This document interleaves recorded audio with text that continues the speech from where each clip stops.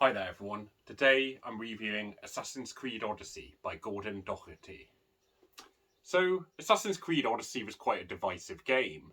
Some felt it too much of a departure from the rest of the Assassin's Creed series and lore, instead being somewhat of a prequel, exploring the lore and background of the Isu. Some felt it should have been a different game named outside of the Assassin's Creed series as a result. And personally, I was drawn to Odyssey simply because of its setting, its portrayal of ancient Greece, and I really wasn't disappointed by that. It was an amazing world to explore. But would this accompanying novel be any good? And I decided to find out. So, and I'm someone who has completed the game before I read the book, and I think from the outset it's worth pointing out that, there are major spoilers throughout this book for the game itself. In fact, it pretty much tells all of the main plot points of the story in these pages. So if you hadn't played the game yet and you were thinking to, and you don't, obviously want to avoid spoilers, don't read this first. And that kind of raises a question about this book, because who is it for exactly? If it tells the story of the game and people want to enjoy the story in the game, then they're going to struggle, because it means that it's only for people that have already played through the game. Presumably, if people don't want to find out what happens in the story first. And I think that's fine, but that does lead to other problems which we'll revisit later. So, an advantage of being a tie-in then is that this features many of the kind of lovable characters of the game, and less lovable, I suppose. Kassandra's the brave heroine. Barnabas is superstitious but caring, and he's very much lovable. Admiral.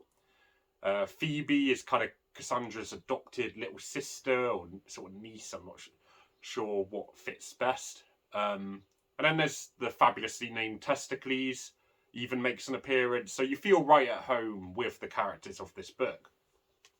The action is fast-paced, but often brief, and the action scenes are exciting enough, but perhaps it often lacks tension due to us knowing that our heroine's going to get out of the scrapes that she gets into. The book's hardly that serious, even though it contains the occasional serious moment. It's usually light-hearted, fun, and interesting. And as this quotation shows that I'm about to share, an open quote, "Come back," Testicles roared. "Oil me." Kassandra lifted her cloak and slung it over her naked body. "Oil yourself, you're drunk and in terrible condition." She paced away from the gymnasium, leaving the wayward champion rolling around in the dust where she had knocked him for the third bout of Pancration in a row. He was an idiot, but she liked him. Possibly because he was rather un-Spartan, fond of humour and pranks and wine. End quote. And I think something that this also shows, aside from the kind of humour, is Doherty has obviously done his homework on Greek history. There are plenty of things I noticed which showed this, from Testicles and Kassandra being accustomed to training naked as Spartans did, to reference to the Spartan loss of Sphacteria, or usage of terms like Lokagos or Pancration.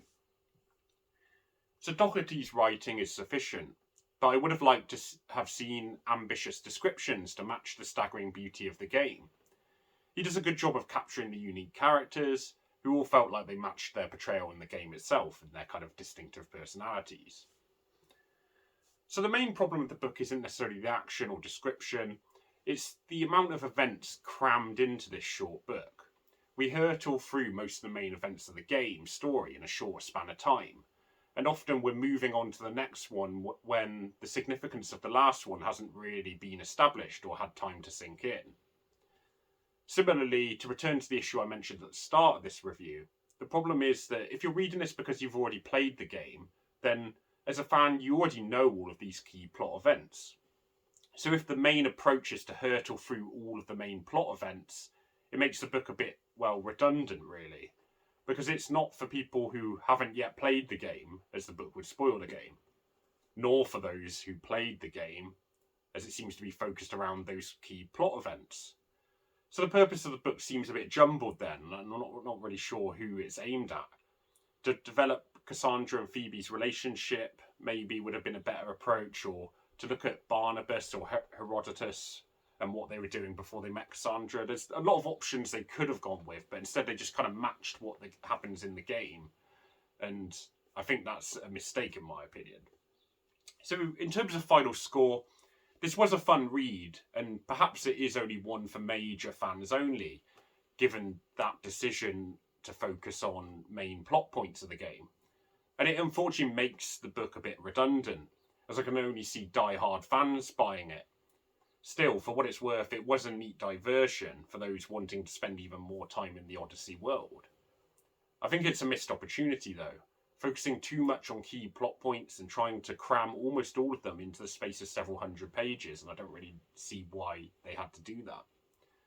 Odyssey doesn't really do enough then to be recommendable for anyone other than fans who know they're probably going to read it already or already have done, but they'll probably enjoy it as I did. But for that, it only gets an average score. So I'm giving this one a 5 out of 10.